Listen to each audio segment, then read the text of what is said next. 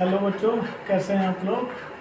तो आज हम लोग शुरू कर रहे हैं एक ज्योग्राफी का चैप्टर जिसे कहते हैं आवर सोलर सिस्टम, है ना। ये मेन टॉपिक है। इसका सब टॉपिक रहेगा the earth in our solar system, जिसको हम लोग एंजॉय करेंगे और पढ़ते पढ़ते खेल खेल में सीखेंगे किस तरह ये सोलर सिस्टम डेवलपमेंट हुआ, किस तरह सोलर सिस्टम के साथ हमारी अर्थ का संबंध है और किस तरीके से यूनिवर्स में हमारा इस सोलर सिस्टम का एग्जिस्टेंस है ना। तो एक कहानी थोड़ी सी सुनाना चाहते हैं कि ये सोलर सिस्टम बनने से पहले क्या हुआ था। सोलर सिस्टम बनने से पहले क्या था कि एक पॉइंट पर पूरा ब्रह्मांड स्थित था। तो वो पॉइंट पर पूरा ब्रह्मांड होने के कारण उसको कहते हैं पॉइंट ऑफ सिंगुलरिटी। और जब उसमें बिग बैंग की घटना हुई तो महाविस्फोट के सिद्धांत से मैटर, एनर्जी, है ना, और टाइम, स्पेस एंड एनर्जी का कंसेप्ट आया। तो उसमें से सिर्फ हम टाइम को लेते हुए, स्पेस को लेते हुए, मैटर को लेते हुए देखते हैं कि 15 मिलियन ईयर्स एगो पहले हमारे ब्रह्मांड का विकास हुआ। 12 बिलियन ईयर्स एगो पहले हमारा आकाशगंगा का निर्माण हुआ, जिसको हम लोग कहते हैं मिल्की वे, है ना। तो इसके बाद 4.5 अरब वर्ष पहले हमारी पृथ्वी का विकास हुआ। तो लगातार 15, 12, 4.5 अरब वर्ष से होते हुए पृथ्वी आज एक ब्लू प्लेनेट है। ब्लू प्लेनेट मतलब वहाँ जीवन है। तो इस सोलर सिस्टम को समझने के लिए हम देखते हैं सबसे पहले कि ये आकाशगंगा जो है हमारी, ये 3 भुजाओं से मिलके बनती है ना। जिसका फर्स्ट पार्ट है सेंट्रल पार्ट, जिसे ब्लैक होल कहते हैं। ब्लैक होल के बाद जो सेकंड भुजा बनती है वो है सोलर सिस्टम। और सोलर सिस्टम के बाद जो थर्ड भुजा पर रहता है वो न्यूबॉर्न स्टार, नए नए जो तारे जन्म लेते हैं, वो थर्ड आर्म पर स्थित होता है। तो इसमें से तीनों में से हम सिर्फ आज पढ़ने जा रहे हैं अवर सोलर सिस्टम।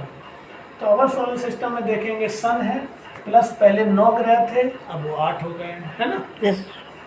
इसके साथ साथ आप देखेंगे सन प्लूटो को हमने बाहर कर दिया, इंटरनेशनल एस्ट्रोनॉमिकल यूनियन ने उसको बाहर कर दिया क्योंकि वो डार्क प्लेनेट की श्रेणी में आता था। और प्लेनेट को भी हम बांटेंगे तो सबसे पहले हम क्लासिकल प्लेनेट जिसमें 8 ग्रह आते हैं, उसके बाद प्लूटोन्स मतलब प्लूटो की तरह दूसरे ग्रह जो कूपर बेल्ट में आते हैं उनको डालेंगे। और तीसरे नंबर पे आता है हमारा small solar system asteroids belt, जो कि हमारा मार्स और जुपिटर के मध्य में पाया जाता है। ये एस्टेरॉइड्स बेल्ट है, ये भी सूर्य के चारों चक्कर लगा रहे हैं। मरकरी, वीनस, अर्थ, मार्स, जुपिटर, सन, यूरेनस, ये सब सन के चारों चक्कर लगा रहे हैं। ये तारा है, ये ग्रह है। तारा के पास अपना ऊष्मा प्रकाश होता है, ग्रह के पास अपना ऊष्मा प्रकाश नहीं होता है। तो अब बात आती है कि इनके साथ इनका रिलेशन क्या है। रिलेशन इतना है कि जब ब्रह्मांड का डेवलपमेंट हुआ तो इनके साथ ये तो बने ही ग्रह, छोटे छोटे क्षुद्र ग्रह भी बन गए जो एस्टेरॉइड्स बेल्ट कहलाए।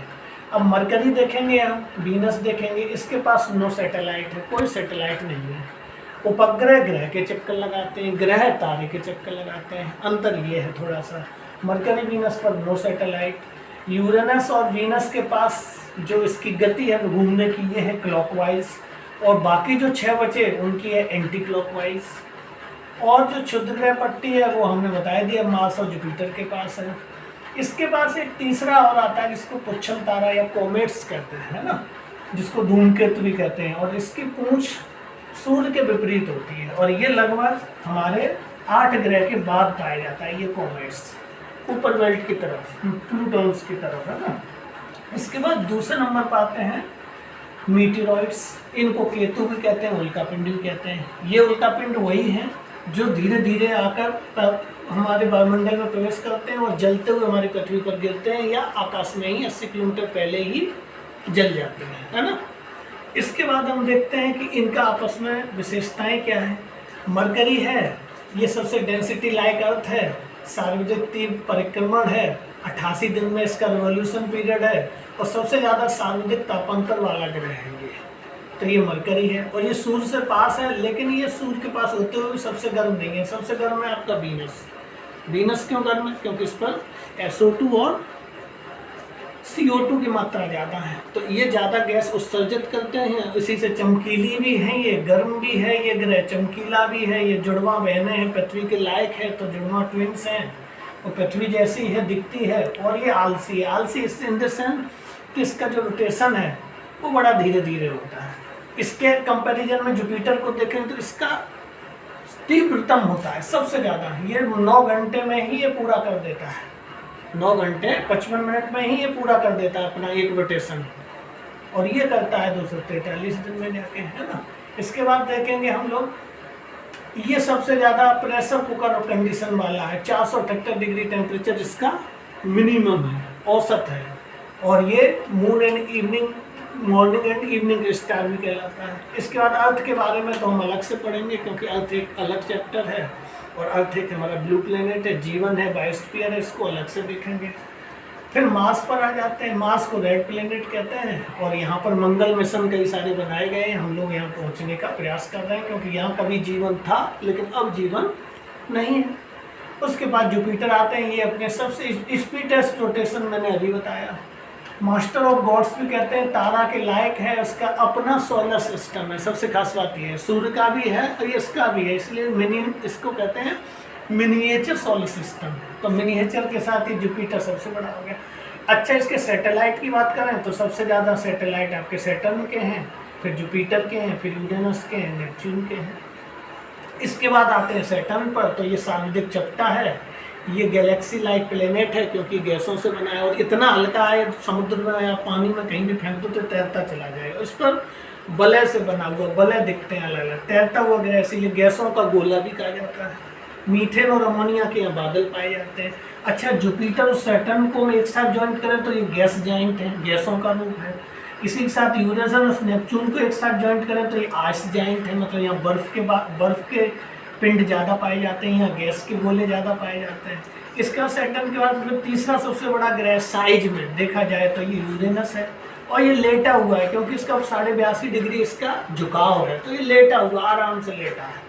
इसके साथ ये अक्ष और कक्ष इसका लगभग समान है, इसलिए ये अपना गति धीरे धीरे करता है। लोएस्ट टेम्परेचर इसका सबसे 8 ग्रहों में सबसे लोएस्ट टेम्परेचर किसका है? आपका यूरेनस का। हाईएस्ट किसका है? वीनस का। इसके बाद नेपच्यून पे आ जाएंगे, 4th लार्जेस्ट है, और ये 28 डिग्री एंगल पर झुका हुआ है।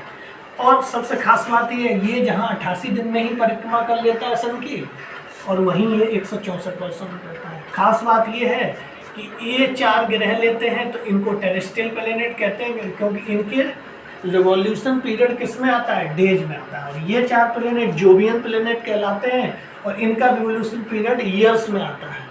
कहाँ 88 दिन, कहाँ 164 वर्ष, है ना। ये बढ़ता जाता है, 11, 64, 29 और 164 वर्ष तक बढ़ता जाता है। तो इस तरीके से ये हमारा हो गया। अब हम इनकी डेंसिटी देखें, मास देखें और डिग्री देखें, जो मुख्य होती है, तो इसको हाईएस्ट लोएस्ट में कन्वर्ट कर लेते हैं याद करने के लिए, है ना। डेंसिटी देखें तो अर्थ की डेंसिटी 5.52 है, सैटर्न की डेंसिटी सबसे कम है 0.69, इसीलिए इसको तैरता हुआ प्लेनेट कहते हैं, पानी पर तैर जाएगा, इतना डेंसिटी कम है। मास की बात करें तो जुपिटर का आपका 318 kg है, और आपका मरकरी का आपका 0.06 kg है। डिग्री की बात करें अपने एंगल पर कितने पे झुका हुआ है, तो आपका हाईएस्ट इसका आपका जुपिटर का है डिग्री, है ना। इसके बाद जुपिटर बोला है। इसके बाद ये हाईएस्ट है यूरेनस, और वीनस है इसका लोएस्ट, क्योंकि ये 3 डिग्री है, ये 82.5 डिग्री है, मैंने पहले ही बताया। इसके बाद रोटेशन स्पीड की बात करें तो जुपिटर 9 घंटे 55 मिनट में चक्कर लगा लेता है, और वीनस को 243 दिन लगते हैं, जबकि झुकाव दोनों के बराबर है। तो इस तरीके से ये सोलर सिस्टम है, बहुत ही इंटरेस्टिंग है, और हम सब बच्चों को कहते हैं कि अगर सोलर सिस्टम के बारे में आप जान जाएंगे तो अपनी पृथ्वी के बारे में सीखना बहुत आसान रहेगा। तो नेक्स्ट चैप्टर लेके आपके सामने हम आ रहे हैं पृथ्वी, अर्थ के बारे में। Thank you and have a nice day.